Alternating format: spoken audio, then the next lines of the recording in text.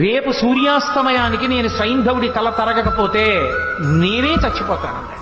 అర్జునుడు బానే పడుకున్నాడు ఆ రాత్రి, కృష్ణుడు నిద్రపోలేదు.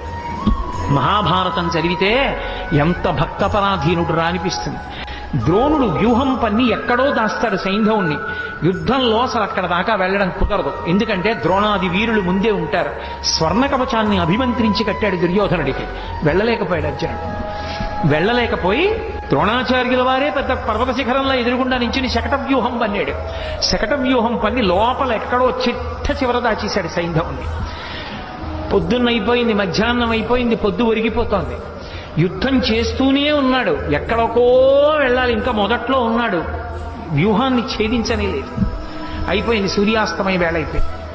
సైంధవుడు సంతోషపడిపోతున్నాడు, అమ్మయ్య ఇక అర్జునుడు నా దగ్గరికి వచ్చే అవకాశమే లేదు, నేను చచ్చిపోనని. చిన్న బుచ్చుకున్నాడు అర్జునుడు. అయిపోతోంది సూర్యాస్తమయం కాబట్టి